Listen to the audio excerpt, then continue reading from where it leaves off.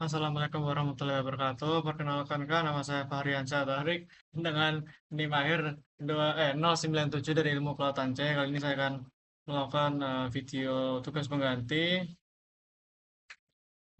dari Inhal modul metagenomik. Jadi yang pertama kita buka search Mginify. Terus langsung setelah masuk seperti ini scroll aja ke bawah, pilih yang marine. Setelah marine sebentar. Setelah sampai ke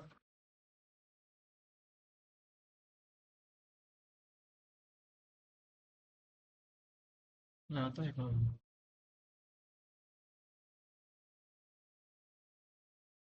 Nah, setelah muncul seperti ini, pergi ke filter dan pilih WGS. Nanti filter ini akan langsung mau filter sampai ke 330. Nah, karena di sini sebagai tugas pengganti, jadi boleh melakukan apa ya, sampel yang sama sama yang tadi di praktikum. Open link new tab, tadi klik kanan. Nanti kan setelah muncul seperti ini, scroll aja ke bawah. Nah, nanti setelah seperti ini, langsung aja pilih yang paling atas ini yang limit 0. Nah, kita pilihnya yang ya Allah, ini joystick. Allahu Akbar. Pilih yang analyze session, kita klik kanan. Oh, kita klik kanan, open link in new tab. Nah, setelah itu kita pergi ke tab yang baru ini.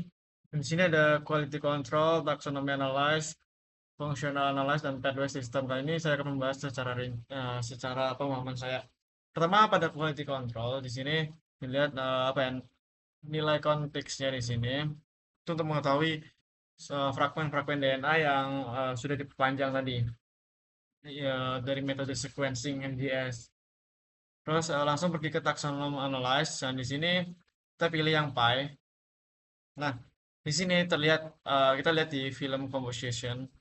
Nah, di sini terlihat ada unassigned itu apa ya, kayak belum dapat diidentifikasi, belum teridentifikasi. Sama seperti yang unassigned bakteria. Jadi ada bakteri yang belum teridentifikasi namanya. Nah, kita kesampingkan dua ini. Jadi yang paling tinggi itu adalah Proteobacteria. Lalu yang kedua itu ada Eukaryota.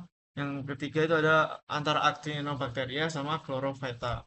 Itu adalah apa ya, kayak tingginya tuh yang paling tinggi ini bisa dilihat Proteobacteria, terus Eukaryota sama Actinobacteria tiga teratas karena unassigned bakteria sama unassigned itu belum terhitung karena nggak punya nama, belum teridentifikasi gitu.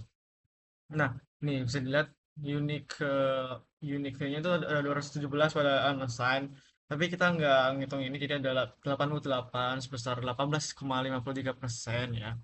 Terus ada eukaryota itu 3,8 sebesar 17 dan actinobacteria itu 12 atau 2,53%. Nah, selanjutnya langsung ke functional analyze. Di sini langsung pergi ke geotherms. Nah, di sini ada biological process dan molecular function dan cellular komponen. Dapat terlihat bahwa di sini metabolic process itu yang paling tinggi. Nah, kenapa metabolic process itu yang paling tinggi? Itu karena apa ya?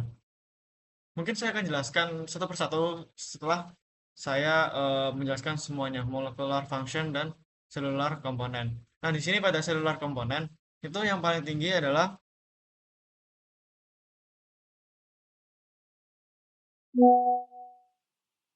kok masih ada notif?